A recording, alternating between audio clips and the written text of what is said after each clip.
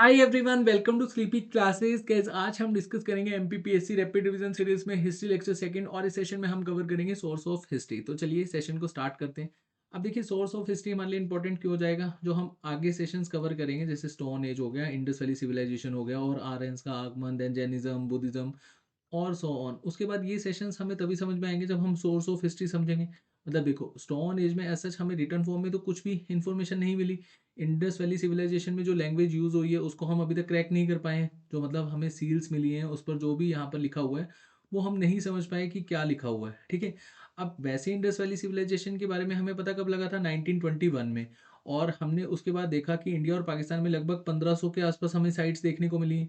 अब इन साइट्स में हमने देखा कि जो टाउन प्लानिंग है वो बहुत औसम थी। मतलब यहाँ पर ज्योमेट्री का भी यूज़ करा जाता होगा, क्योंकि जो ब्रिक्स हैं वो बिल्कुल यूनिक साइज़ की थी। और जो यहाँ पर सोसाइटी हमें देखने को मिलती थी बिल्कुल ठीक में, थोड़ा ऊपर की ओर यहाँ पर एडमिनिस्ट्रेशन लोग संभालते थे, ऐसा यहाँ पर हिस्टोरियंस कहते हैं।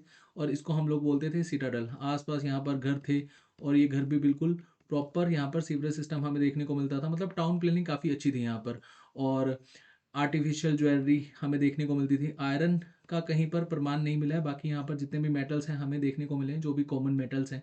और पोट्री मेकिंग ये करते थे, और कौन से गॉड को फॉलो करते थे, पशुपति गॉड को।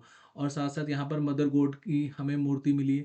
तो इससे हम लोग काफ़ी कुछ आइडिया लगा पाए हैं। मतलब बहुत सारे सोर्सेज को हमने कंपाइल्ड करा, देन हमने यहाँ पर आइडिया लगाया कि इंडस वैली सिविलाइजेशन के लोग किस तरह से रहते थे। ठीक है। और टाइम पीरियड हमने यहाँ पर माना 3350 बीसी से लेकर 1750 बीसी तक, क्योंकि जो मेनली हमें सोर्सेज मिले हैं वो इसी के इन बिटवीन मिले हैं। और जो मेच्योर पीरियड है वो 2600 बीसी है। लेकिन हरियाणा हिसार में एक साइट है राखी गाड़ी, वहाँ पर जो हमें प्रमाण मिल रहे हैं इंडस वैली सिविलाइजेशन से वो 5000 6000 बीसी से हैं। तो हो सकता है आने वाले टाइम में जो ये टाइम पीरियड है वो हमें चेंज देखने को मिले। ठीक है। और अगर हम स्टोन एज की बात करें, देखो स्टोन एज में हम यहाँ पर मानते हैं कि जो पैलेलिथिक एज है वो स्टार्ट हुई थी 10 लाख बीसी। अब कई हिस्टोरियन इसको 20 लाख बीसी मानते हैं। ठीक है।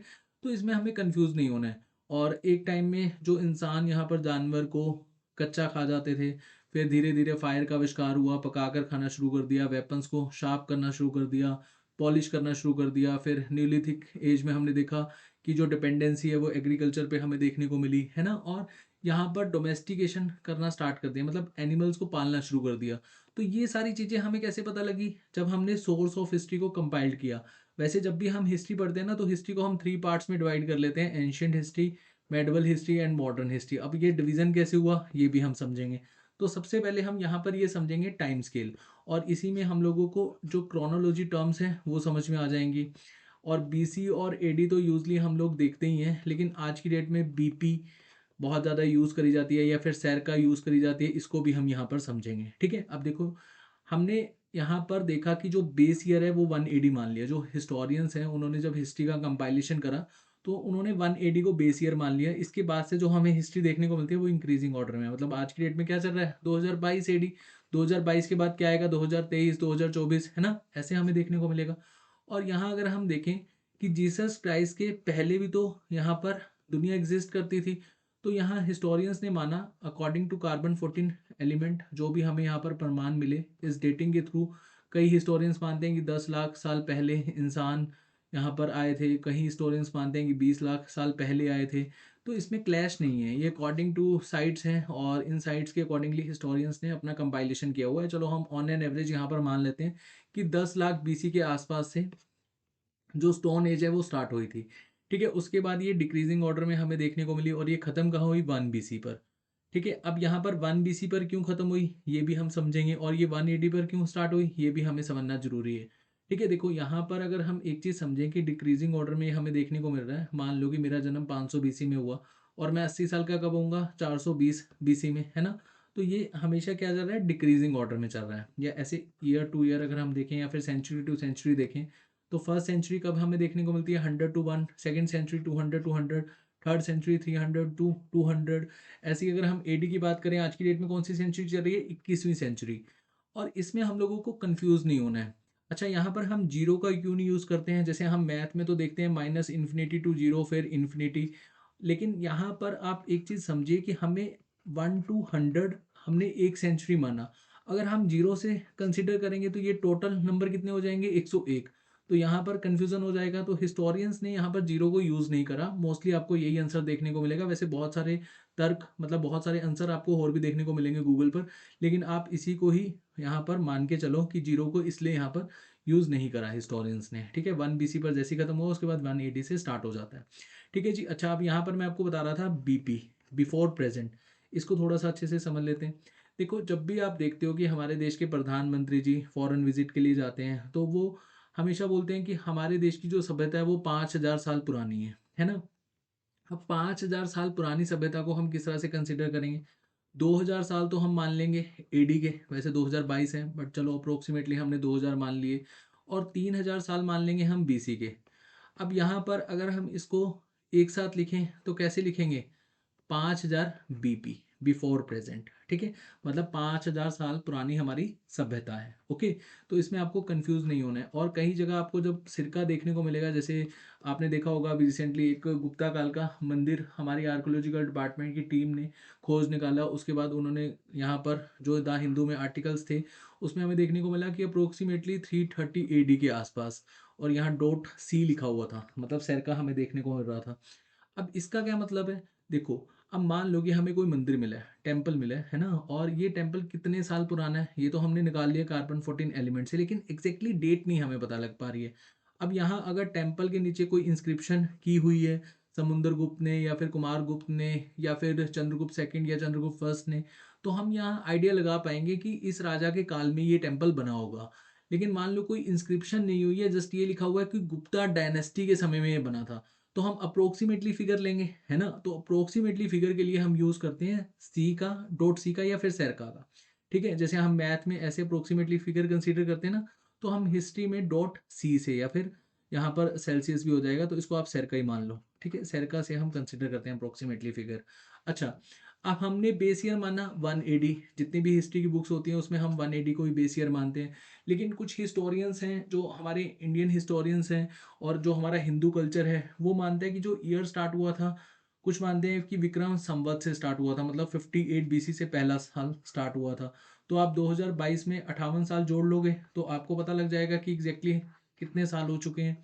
ठीक है, शका संवत मतलब जब कुषाण रूलर यहाँ पर रूल कर रहे थे और कनिष्क के समय में डोमिनेट कर रहा था कुषाण डायनेस्टी, तो उस समय हम मानते हैं कि पहला साल स्टार्ट हुआ 78 एडी में। और गुप्ता इरा मोस्ट इंपॉर्टेंट है और हमारी हिस्ट्री का गोल्डन एज भी माना जाता है। और जो सोने की चिड़िया हम अपने भारत को कहते हैं वो इसी साल से कहते हैं, क्योंकि इस साल बहुत ज़्यादा इस डायनेस्टी ने अच्छे से रूल करा और गोल्ड सबसे ज़्यादा हमें यहाँ पर देखने को मिलता था इस डायनेस्टी के समय में। ठीक है, हम डिटेल में डिस्कस करेंगे जब गुप्ता डायनेस्टी पढ़ेंगे। तो 319 एडी से पहला साल कंसिडर करते हैं। हालांकि गुप्ता एरा स्टार्ट कब हुआ था? 240 एडी में श्रीगुप्त के द्वारा। लेकिन श्रीगुप्त घटोत्कच को हम लोग यहाँ पर रियल फाउंडर नहीं मानते, क्योंकि उनका जो साम्राज्य था वो बिल्कुल सीमित एरिया तक ही था। तो उसका विस्तार करा था चंद्रगुप्त फर्स्ट ने। डेट्स वाई हम गुप्ता इरा को मानते हैं 319 एडी से, मतलब रियल फाउंडर हम चंद्रगुप्त फर्स्ट को ही मानते हैं। डिटेल में हम डिस्कस करेंगे जब हम गुप्ता एज पढ़ेंगे। तो यहाँ पर आपको बीसी और एडी में कन्फ्यूजन नहीं होगी।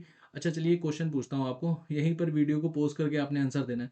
मान लो कि अगर मैं आपसे क्वेश्चन पूछूं 298 बीसी में किसी का जन्म हुआ है, तो ये 17 साल अगर हम इसकी कंसीडर करें कि 17 साल का कब होगा, तो आपके पास दो ऑप्शन है, 315 बीसी में या फिर 281 बीसी में।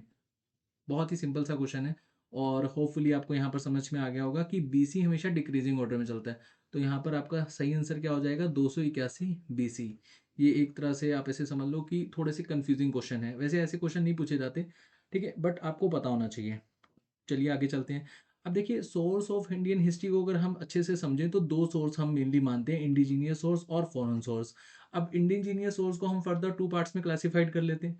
आर्कोलॉजिकल डिपार्टमेंट के द्वारा जो डिस्कवरीज हुई है ना, और लिटरेचर से हमें जो जानकारी प्राप्त हुई। हम न्यूमिस्मेटिक क्या होता है? कॉइन्स की स्टडी।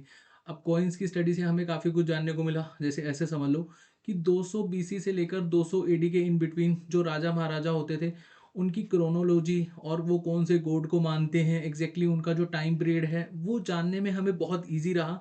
जब कॉइन्स में हम उनका यहाँ पर मेंशन देखते हैं, नेम और उनका एग्जैक्टली ईयर क्या है और वो कौन से गॉड को फॉलो करते हैं, समटाइम्स वो भी इसको यहाँ पर स्टैम्प के थ्रू उस उनकी पिक्चर्स यहाँ पर सिक्कों में चलाते थे। जैसे मैं आपको एक एग्जांपल देता हूँ, कनिष्क ने गौतम बुद्धा के सिक्के चलाए थे। तो हमें आइडिया लगा कि गौतम बुद्ध के फर्स्ट टाइम सिक्के हमें कब देखने को मिले थे, कुषाण डायनेस्टी में, किस समय में, कनिष्क के समय, और कनिष्क के समय में फोर्थ बुद्धिस्ट काउंसिल हुई थी। ठीक है, तो ऐसे हम लोगों को नॉलेज मिल पाती है। उसके बाद मोनूमेंट्स एंड इंस्क्रिप्शन, ये अशोका के समय में बहुत ज़्यादा हमें देखने को मिले थे, अभी हम डिटेल में समझेंगे। ठीक है, और 200 बीसी के बाद से हम हिस्ट्री को क्रोनोलॉजी में लगाने में काफ़ी हद तक सफल रहे, क्योंकि इस समय जो मोनूमेंट्स और इंस्क्रिप्शन हमें ज़्यादातर देखने को मिलते थे, जो राजा महाराजा मोनूमेंट्स बनाते थे, इंस्क्रिप्शन बनाते थे। तो आप मान लो कि 200 बीसी से हम क्रोनोलॉजी में लगाने में काफ़ी ज़्यादा मतलब सफल रहे थे।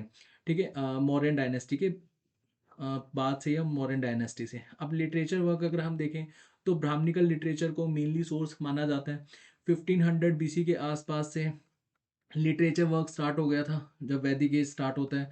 और आर्यंस ने पहला वेद लिखा था 1500 बीसी से लेकर 1000 बीसी के इन बिटवीन।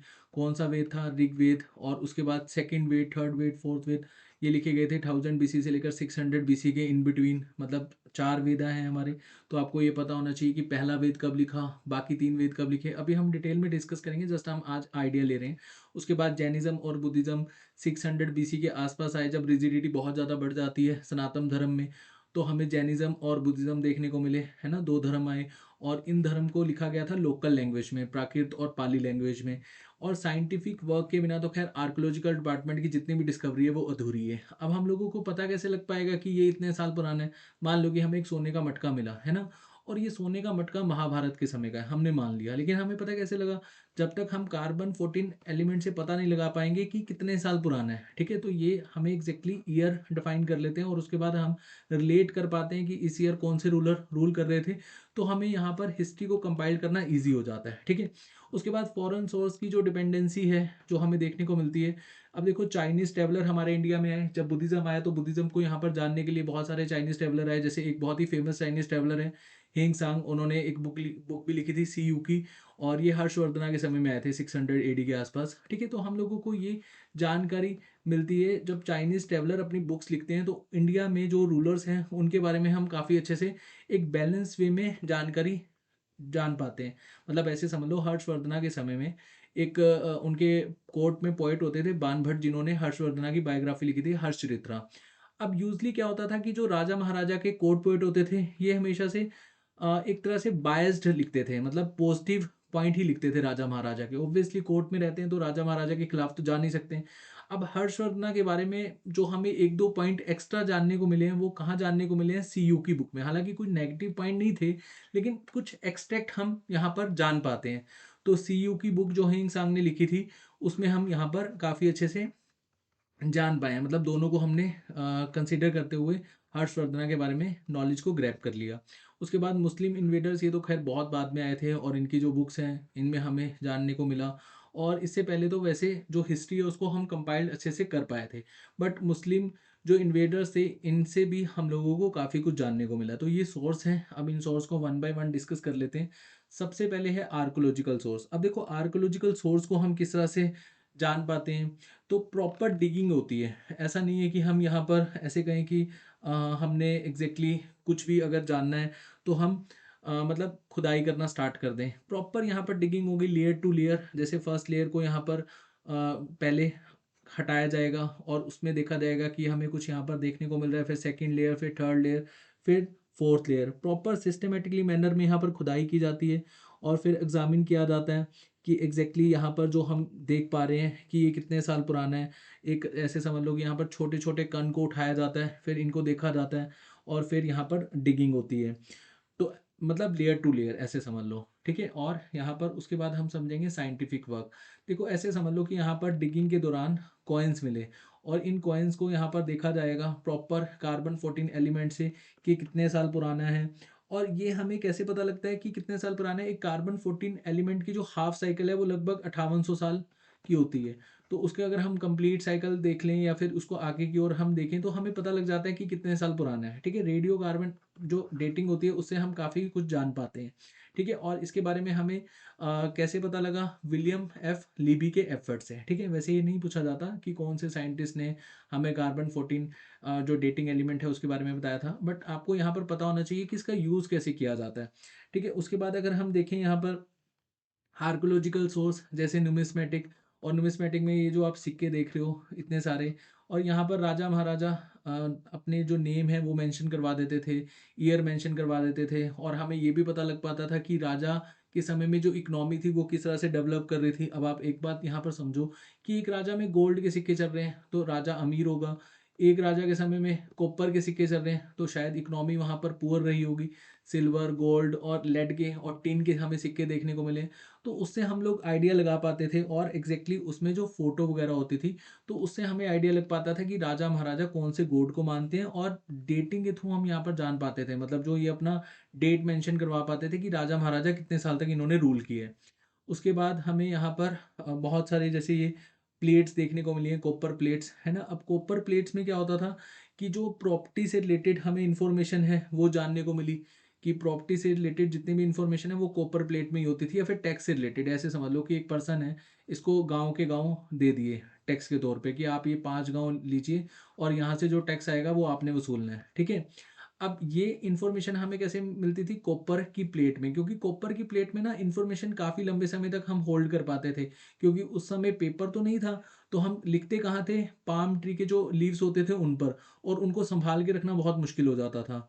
अब देखो न्यूमिस्मेटिक का जो हम लोगों को सोर्स मिला है ना, वो कैसे मिला है? यूज़ुअली क्या होता था कि जो पुराने ज़माने में जो पेरेंट्स होते हैं ना, वो अपने बच्चों को बताते नहीं थे कि हमने पैसे घर में छुपाए हुए हैं, ठीक है? और बच्चों को लगता था हमारे घर में तो पैसे ही नहीं है। तो माँ-बाप यहाँ पर होल्ड करके रखते थे पैसे कि ज़रूरत के समय में हम इनको यूज़ कर लेंगे, है ना? तो अब मान लो कि अनफॉर्चुनेटली पेरेंट्स की डेथ हो गई। अब बच्चों को पता ही नहीं कि भई हमारे घर में तो ज़मीन के नीचे पैसे दबे हुए हैं, क्योंकि उस समय ऐसा बैंक तो होता नहीं था। या तो आँगन में दबा देते थे या घर के कमरों में दबा देते थे। उस समय टाइल्स वगैरह, पत्थर वगैरह भी नहीं होते थे, मतलब कच्चे फर्श होते थे। तो यूज़ुअली ये ऐसे ही करते थे। तो बच्चों ने घर बेच दिया, और जिसको घर बेचा उसने वहाँ पर मान लो कि फार्मिंग करनी शुरू कर दी या घर दोबारा बनाया। जब उसने खुदाई करी तो बहुत सारे सिक्के मिले। तो ऐसे यहाँ पर हमें सिक्के देखने को मिले कि जो खुदाई के ज़रिए, और उसके बाद हम लोगों ने ये भी देखा कि कुछ सिक्के स्टोरेज की फ़ॉर्म में यहाँ पर रखे गए थे, कि मतलब फ्यूचर पर्पज़ के लिए उनको यूज़ करा जा सके। ठीक है जी? तो यहाँ पर आप ये पॉइंट के अकॉर्डिंगली समझ सकते हैं। उसके बाद देखिए इंस्क्रिप्शन एंड मोनूमेंट्स। अब inscription and monuments best source हैं अगर हम हिस्ट्री को अच्छे से समझ पाएँ। देखो, अशोका के समय में ना लोकल लैंग्वेज का यूज़ करा गया था, प्राकृत लैंग्वेज का, पाली लैंग्वेज का। अब ये प्राकृत लैंग्वेज एग्ज़ैक्टली क्या लिखा हुआ है मैं तो नहीं समझ पा रहा हूँ, लेकिन जो हमारे हिस्टोरियंस हैं उन्होंने इसको एक्सट्रैक्ट किया, जाना एग्ज़ैक्टली अशोका ने यहाँ पर क्या लिखा हुआ है, और अशोका की बहुत सारी इंस्क्रिप्शन हैं, बहुत सारे स्तूप्स हैं, है ना? तो उससे हम लोगों को काफ़ी कुछ आइडिया लग पाया। जैसे स्टडी ऑफ इंस्क्रिप्शन को हम क्या बोलते हैं? एपिग्राफी। अगर हम ओल्ड इंस्क्रिप्शन की स्टडी कर रहे हैं, तो हम उसको क्या बोलते हैं? पैलियोग्राफी। जैसे हम लोग इंडस वैली सिविलाइजेशन की अभी के लिए स्टडी कर रहे हैं, लेकिन हम नहीं जान पाए कि उस समय कौन-सी लैंग्वेज का यूज़ करा जाता था। बहुत सारी हमें सील्स मिली हैं। जैसे इंडस वैली सिविलाइजेशन में हमें मेनली सील्स ही मिली हैं, और ये सील्स जो है ना इंडस वैली सिविलाइजेशन के, हमें मेसोपोटामिया सिविलाइजेशन से भी मिली हैं, जो ईरान की सिविलाइजेशन थी। तो हमें ये आइडिया लग गया कि मेसोपोटामिया सिविलाइजेशन और ईरान की जो सॉरी इंडस वैली सिविलाइजेशन है, इनके बीच में ट्रेड होता था। स्टोन पिलर्स मिले हैं, जो राजा महाराजा अपने समय में स्टोन पिलर्स बनाते थे, उन पर इंस्क्रिप्शन करवाते थे, रॉक्स पर इंस्क्रिप्शन करवाते थे। कॉपर प्लेट, मैंने अभी आपको बताया कि प्रॉपर्टी से रिलेटेड इन्फॉर्मेशन आपको कॉपर प्लेट में देखने को मिलती थी, या फिर टैक्स से रिलेटेड इन्फॉर्मेशन आपको कॉपर प्लेट में देखने को मिलती थी।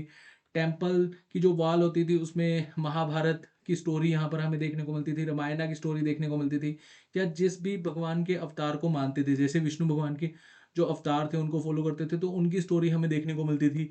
जो ब्रिक्स हैं, इमेजेस हमें देखने को मिलती थी, जैसे मध्य प्रदेश में भीमबेटका केव है, यहाँ पर हमें बहुत सारी पेंटिंग देखने को मिली है, और उससे हम लोग बहुत कुछ जान पाए हैं। ठीक है? तो यहाँ आर्कोलॉजिकल जो एक सोर्स है ना, वो बेस्ट सोर्स है। अब देखो, कुछ राजा महाराजा के ना जो इंस्क्रिप्शंस हैं वो आपको डायरेक्टली याद करने हैं। जैसे आपसे क्वेश्चन पूछा जाए कि समुद्रगुप्त की जो हमें जानकारी है वो कौन से इंस्क्रिप्शन से मिलती है? प्रयाग प्रशास्ति, मतलब इलाहाबाद इंस्क्रिप्शन। इसको आप इलाहाबाद भी कर सकते हो, प्रयागराज इंस्क्रिप्शन भी याद कर सकते हो। रुद्रादमन फर्स्ट शाकास रूलर थे, इनकी हमें जानकारी मिलती है जूनागढ़ रोग इंस्क्रिप्शन। अच्छा, समुद्रगुप्त का एक और यहाँ पे इंस्क्रिप्शन है, ईरान इंस्क्रिप्शन, जो मध्य प्रदेश में ही है, और एमपी की आप तैयारी कर रहे हो तो आपके लिए इंपॉर्टेंट हो जाएगा। अच्छा, ये जो सेशन है ना, यहाँ पर हम एमपी के रिगार्डिंग पढ़ रहे हैं, ये ऐसा नहीं है कि आप बिहार पब्लिक सर्विस कमीशन की तैयारी कर रहे हैं तो ये सेशन आपके लिए इंपॉर्टेंट नहीं होंगे। हिस्ट्री तो सेम ही है। अब गांधी जी से क्वेश्चन आपके एग्जाम में भी आएंगे, तो सभी आपके जितने भी स्टेट पीसेस हैं उसमें भी आएंगे, है ना? और हम सोर्स ऑफ हिस्ट्री पढ़ रहे हैं तो ये सबके लिए इंपॉर्टेंट है। आगे हम स्टोन एज पढ़ेंगे तो वो सबके लिए इंपॉर्टेंट है। इंडस वैली सिविलाइजेशन पढ़ेंगे वो सबके लिए इंपॉर्टेंट है। तो यहाँ पर ऐसा नहीं है कि हम मध्य प्रदेश के बारे में ही हिस्ट्री जान रहे हैं, ठीक है, कॉमन हिस्ट्री है ये। जस्ट हम यहाँ पर मध्य प्रदेश स्पेसिफिक एग्जाम के लिए प्रिपेयर कर रहे हैं। चलो हम आगे आते हैं। तो गौतमी, बलसारी, ये सतवाहन रूलर थे, इतने इंपॉर्टेंट नहीं है, कभी क्वेश्चन नहीं आया। नासिक केव इंस्क्रिप्शन लेकिन मध्य प्रदेश में आ सकता है क्योंकि आसपास वाला एरिया है। स्कंदगुप्त, ये गुप्ता डायनेस्टी के बहुत ही फेमस रूलर हैं, इनके बारे में हमें जानकारी मिलती है। भिटारी स्टोन पिलर इंस्क्रिप्शन जो गाजीपुर यूपी में है। यशोधर्मा, ये मालवा किंग है, ये इंपॉर्टेंट है आपके एग्जाम के लिए। मांडासोर स्टोन पिलर इंस्क्रिप्शन, और ये काफ़ी इंपॉर्टेंट है, इसके बारे में आप लोगों को थोड़ा डिटेल में भी पढ़ना चाहिए।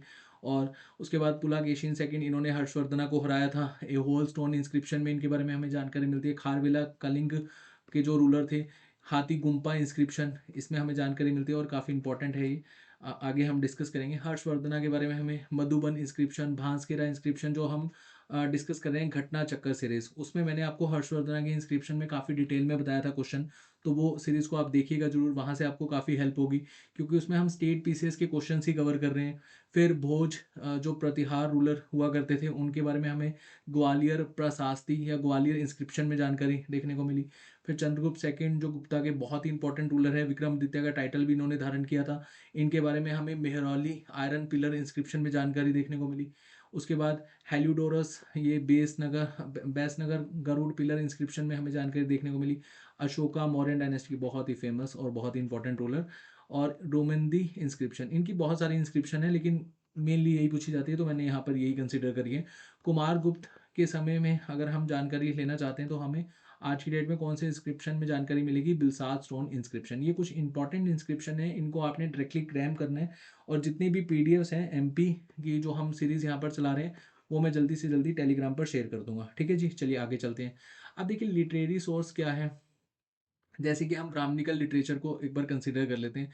चार वेदास लिखे गए थे, ऋग्वेदा, सामवेदा, यजुर्वेद, अथर्ववेद।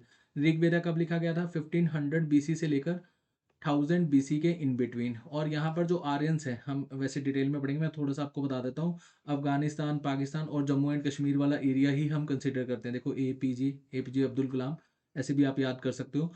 और ये 500 साल तक इन्होंने एक ही वेद लिखा, ऋग्वेदा। और यहाँ पर सप्त सिंधु का बहुत ज़्यादा हमें जिक्र देखने को मिलता है, मतलब 7 रिवर्स, सरस्वती, इंडस और इंडस की 5 ट्रिब्यूटरीज जो मेन ट्रिब्यूटरीज हैं जैसे रावी, चनाब, ब्यास, है ना, इनको आपने अच्छे से पढ़ना है। उसके बाद यहाँ पर जो 500 सालों में इनकी जो इकोनॉमी का सोर्स होता था वो काव होता था। फिर डेवलपमेंट हुई धीरे धीरे, है ना, इन्होंने नीचे की ओर शिफ्ट करना शुरू कर दिया। गंगा का सिर्फ एक ही बार हमें देखने को मतलब जिक्र देखने को मिला था ऋग्वेदा में। फिर ये नीचे की ओर आए और नीचे की ओर आए तो इनको पता लगा कि मध्य प्रदेश में एक रिवर फ्लो करती है, नर्मदा, है ना। तो जो नेक्स्ट वेदास हैं उनमें हमें नर्मदा का भी जिक्र देखने को मिलता है। सामवेद, यजुर्वेद, अथर्ववेद ये लिखे गए थे 1000 बीसी से 600 बीसी के इन बिटवीन। और इसी को हम आयरन एज भी कहते हैं क्योंकि आयरन के बारे में भी हमें पता लगा था। यहाँ पर एग्रीकल्चर डोमिनेट करती है, मतलब एग्रीकल्चर इकोनॉमिकल सोर्स हो जाता है मेन। फिर उपनिषद, जो हमारे हिंदू धर्म की फिलोसफी है वो हमें उपनिषद में देखने को मिलती है। 108 उपनिषद अभी के लिए हम मानते हैं, लेकिन पहले मानते थे कि शायद इससे भी ज़्यादा लिखे गए थे। कई क्लेम्स करती हैं बुक्स की उपनिषद बहुत सारे थे, लेकिन अभी के लिए हम 108 ही मानते हैं, है ना। वेदांग्स हैं, रिचुअल लिटरेचर्स हैं, जैसे रिचुअल्स की नॉलेज हमें मिलती है और रिचुअल्स बहुत ज़्यादा परफॉर्म करे जाते थे 1000 बीसी से लेकर ऐसे समझ लो 400 बीसी के इन बिटवीन, ठीक है। जैसे कल्प सूत्रास है, ग्रह सूत्रास है, धर्मा सूत्रास है, इनमें हमें एग्जैक्टली रिचुअल लिटरेचर की जानकारी मिलती है। फिर एपिक्स हैं, रामायण, महाभारत, और महाभारत तो पुराण भी है ना। तो ये हमें एग्जैक्टली जानकारी मिलती है कि रामायण किसने लिखी, महाभारत किसने लिखी, कितने श्लोक हैं, और एग्जैक्टली 13 डे में क्या हुआ था। वैसे ऐसे क्वेश्चंस पूछे जाते हैं थोड़ा सा कंफ्यूज करने के लिए, आपको इतनी नॉलेज होनी चाहिए, है ना। जैसे पुराण है, श्रीमद् भगवद गीता, मैंने यहाँ पर इसी पुराण को लिया है। जैसे विष्णु पुराण है, शिव पुराण है, गरुड़ पुराण है। तो हमारे टोटल पुराण कितने हैं, 18 पुराण हैं। अदर सोर्सेज हैं जैसे हर्ष चरित्रा में हमें जानकारी मिलती है। मैं आपको जैसे कि बता रहा था कि 600 बीसी तक अगर हम देखें तो वेदास लिखे गए। 600 बीसी के बाद से लेकर 600 एडी के इन बिटवीन बहुत सारा यहाँ पर लिटरेचर वर्क हुआ। जैसे मान लो कि यहाँ पर कोई पर्सन है जो अपनी फील्ड पर बहुत ज़्यादा ब्रिलियंटली वर्क कर रहा है, जैसे कोई साइंटिस्ट है या एस्ट्रोनॉमी है, जैसे हम आर्यभट्ट जी को कंसिडर करें तो उन्होंने मैथमेटिक्स की हमें नॉलेज दी, है ना, एस्ट्रोनॉमी की नॉलेज दी। ऐसे ही सुश्रुत हैं जो हमें कहीं न कहीं मेडिसिन से रिलेटेड बताते हैं और प्लास्टिक सर्जरी। तो हमें बहुत कुछ यहाँ पर जानने को मिला और राजा-महाराजा के समय में जो कोर्ट पोएट होते थे, यहाँ पर उनकी जो बायोग्राफ़ी थी उससे हमें जानने को मिला। मतलब जो राजा-महाराजा की वो बायोग्राफ़ी लिखते थे या अपना कंपाइलेशन करते थे या राजा-महाराजा खुद की ऑटोबायोग्राफ़ी लिखते थे, तो उससे हमें काफ़ी कुछ जानने को मिला। जैसे हर्षवर्धना ने रत्नावली, नागानंदा ये हर्षवर्धना ने लिखी थी। तो उससे हम लोगों को पता लग पाया कि Harshavardhana had also literacy test exactly वो किस तरह से मतलब सोच रहे हैं और किस तरह से समाज उस तरह हमें देखने को मिलता है। फिर अर्थशास्त्र हमें देखने को मिलती है मौर्यन काल में कौटिल्य के द्वारा ये लिखी गई बुक है। अष्टध्यायी संस्कृत ग्रामर है, ये जितना भी कंपाइलेशन हुआ है जो संस्कृत में वो हम जान ही नहीं पाएँगे जब तक हम अष्टध्यायी को नहीं पढ़ेंगे जो पाणिनि जी के द्वारा लिखी गई थी संस्कृत ग्रामर। तो ये बुक्स हैं जो हमें पता होनी चाहिए। उसके बाद संगम लिटरेचर ये साउथ से अगर आप नॉलेज ग्रैब करना चाहते हो मतलब तमिल टेक्स्ट के बारे में इन्फॉर्मेशन ग्रैब करना चाहते हो तो आपको संगम लिटरेचर को काफ़ी अच्छे से पता होना चाहिए। हम अभी डिटेल में डिस्कस करेंगे आने वाले सेशंस में, ठीक है? उसके बाद देखो बुद्धिस्ट लिटरेचर। अब जब बुद्धिस्ट लिटरेचर आया 600 बीसी के आसपास तो पाली लैंग्वेज में सारा का सारा लिखा गया, जो कि उस समय की लोकल लैंग्वेज थी। देखो एग्जैक्टली जो बुद्धिस्ट और जैनिज्म है ना, ये क्यों आया था? क्योंकि जो वैदिक एज में ब्राह्मणिकल डोमिनेंस हमें देखने को मिल रहा था और संस्कृत लैंग्वेज यूजली यूज़ करी जाती थी। अगर आप वेदास को पढ़ना चाहते हो, तो इसी वजह से लोग काफ़ी ज़्यादा परेशान होने लगे थे। लोगों को लग रहा था कि हमें कॉमन लैंग्वेज में सभी की सभी नॉलेज को ग्रैब करना चाहिए, है ना? तो बुद्धिस्ट जो लिटरेचर है वो कॉमन लैंग्वेज में ही लिखा गया था कि लोग अच्छे से इसको ग्रैब कर पाएँ, समझ पाएँ, ठीक है? और इन बुक्स को क्या कहा जाता है? Three baskets, three pitakas. काफ़ी डिटेल में हम पढ़ेंगे आने वाले सेशंस में। सूत पिताक हमें सरमन्स एंड टीचिंग के बारे में बताता है, जो गौतम बुद्धा जी की सरमन्स थे, जो उन्होंने पहला सरमन दिया था अपना, टीचिंग्स उनकी एग्जैक्टली क्या थी, एट फोल्ड पाथ, ये हमें सारा यहाँ पर सूत पिताक में पता लगता है। विनय पिताक में एग्जैक्टली कलेक्शन ऑफ रूल्स, अगर कोई मॉन्क बनना चाहता है या संघा बनना चाहता है, मॉन्क्स क्या होते हैं एग्जैक्टली जो मतलब बुद्धिज्म की टीचिंग्स देते हैं, है ना? और संघा क्या होते हैं जो एग्जैक्टली मॉन्क्स के ऐसे समझ लो बिल्कुल नीचे वर्क करते हैं और वो समाज में जाते हैं और एग्जैक्टली बुद्धिस्ट कल्चर के बारे में लोगों को प्रेरित करते हैं।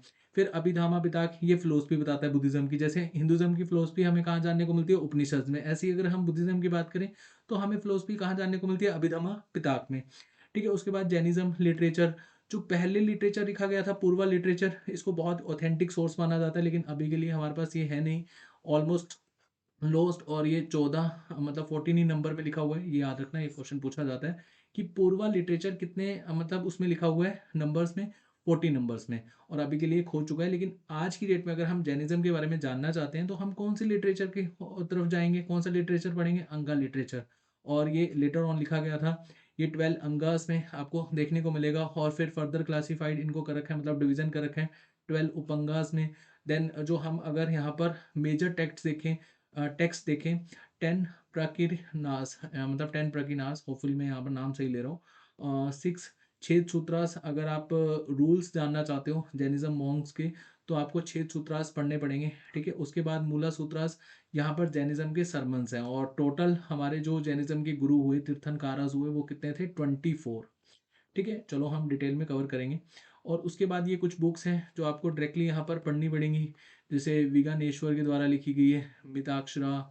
और ये बुक्स आपने जस्ट एक बार रीड आउट कर लेनी है सभी की सभी, ठीक है? और ये सभी की सभी बुक्स इंपॉर्टेंट हैं। ये बुक्स मैं यहाँ पर इसलिए मेंशन कर रहा हूँ कि डायरेक्टली पूछी जाती है। देखो जितने भी स्टेट पीसीएस एग्जाम होते हैं इसमें ना फैक्चुअल बेस्ड क्वेश्चन आते हैं, तो फैक्चुअल बेस्ड क्वेश्चन में ऐसे क्वेश्चंस बहुत ज़्यादा फेवरेट हो जाते हैं एग्जामिनर के। तो आपने इन क्वेश्चंस को मतलब इन बुक्स को अच्छे से पढ़ना है। 2-3 बार जब आप पढ़ोगे तो डेफ़िनेटली आपको याद हो जाएँगी, नहीं तो 5-5, 6-6 करके आप बुक्स को याद कर सकते हो डे टू डे। तो अपने जो भी आप नोट्स बना रहे हो, जो हम शॉर्ट नोट्स बनाते हैं, वहाँ पर आप 6 बुक्स करके या 10 बुक्स करके लिख सकते हो, जिससे आपको लंबे समय तक याद रहें, ठीक है? जब आप रिवीज़न करो तो आपको याद रहें, ठीक है? उसके बाद यहाँ पर भी आपको बहुत सारी बुक देखने को मिलेंगी, जैसे भारत जो ऑथर हैं उन्होंने एक बुक लिखी थी, क्वेश्चन पूछा हुआ था, नाट्य शास्त्र। वाल्मीकि जी की रामायण, ये तो बहुत ही आसान है। तुलसीदास जी रामचरितमानस, हरिसेन के द्वारा बृहत कथा कोश। अच्छा, जब आप बुक्स को याद करोगे ना तो आपने ना यहाँ पर गूगल करके ये देखना है कि ये किसके समय में हुआ करते थे। समटाइम्स ऐसे क्वेश्चन भी पूछ लिए जाते हैं, जैसे हरिसेना से क्वेश्चन आ जाएगा कि कौन सी डायनेस्टी के समय में हरिसेन होते थे, तो गुप्ता डायनेस्टी में। कौन से राजा महाराजा के समय में कोर्ट पोएट थे, तो ऐसे क्वेश्चंस पूछे जाते हैं कंफ्यूज करने के लिए। जैसे सुश्रुत, ये तो हमने प्रीवियस सेशन में भी कवर किया था। पाणिनि जी ने अष्टाध्यायी लिखी है। तो ये क्वेश्चंस आपने एज इट इज़ याद करने हैं, ठीक है, मतलब ये बुक्स आपने एज इट इज़ याद करनी है। चलिए आज हम यहाँ पर फॉरेन सोर्स को भी एक बार देख लेते हैं। जैसे चाइनीज़ एंड मुस्लिम लिटरेचर को अगर हम समझें, देखो चाइनीज़ बहुत बाद में आए थे, जब बुद्धिज़्म आया था ना हमारे देश में, उसके बाद हमें चाइनीज़ हमारे देश में देखने को मिले थे, जो बुद्धिज़्म को जानने आए थे। और एक बहुत ही फ़ेमस है जो हर्षवर्धना के समय में आए थे, हिंग सांग। इन्होंने एक बुक लिखी थी सी यू की, इसमें हमें काफ़ी कुछ जानने को मिलता है। फिर फाहिन है, इन्होंने फू वो की बुक लिखी थी। अरब ट्रैवलर्स आए थे और इन्होंने इंडिया के जो कल्चर है उसको अपनी लैंग्वेज में कन्वर्ट किया, है ना? और उसमें हम लोगों को काफ़ी कुछ जानने को मिला कि एग्जैक्टली किस तरह से ये अपने इंडियन कल्चर को जान पाए हैं और एग्जैक्टली किस तरह से उसको अपनी लैंग्वेज में ट्रांसलेट कर पाए हैं। जैसे सुलेमान ने सिलसिलाहुल तवारिक लिखी थी, अल मसूदी ने मुरज उल ज़हाब लिखी थी, और उसके बाद तारिक उल हिंद लिखी थी, अल ब्रूनी ने, ये बहुत ही फेमस है, ये पूछा जाता है। टॉलमी ने ज्योग्राफी लिखी थी। अब देखो एस्ट्रोनॉमर फील्ड में अगर हम देखें, आर्यभट्ट ने काफ़ी कुछ हमें पहले ही बता दिया था, लेकिन जब भी हम ज्योग्राफी पढ़ते हैं यूजली तो हम टॉलमी को स्टार्टिंग में कंसिडर करते हैं कि एग्जैक्टली हमारा जो प्लेनेट सिस्टम है टॉलमी के द्वारा किस तरह से उसको डिस्क्राइब करा गया था।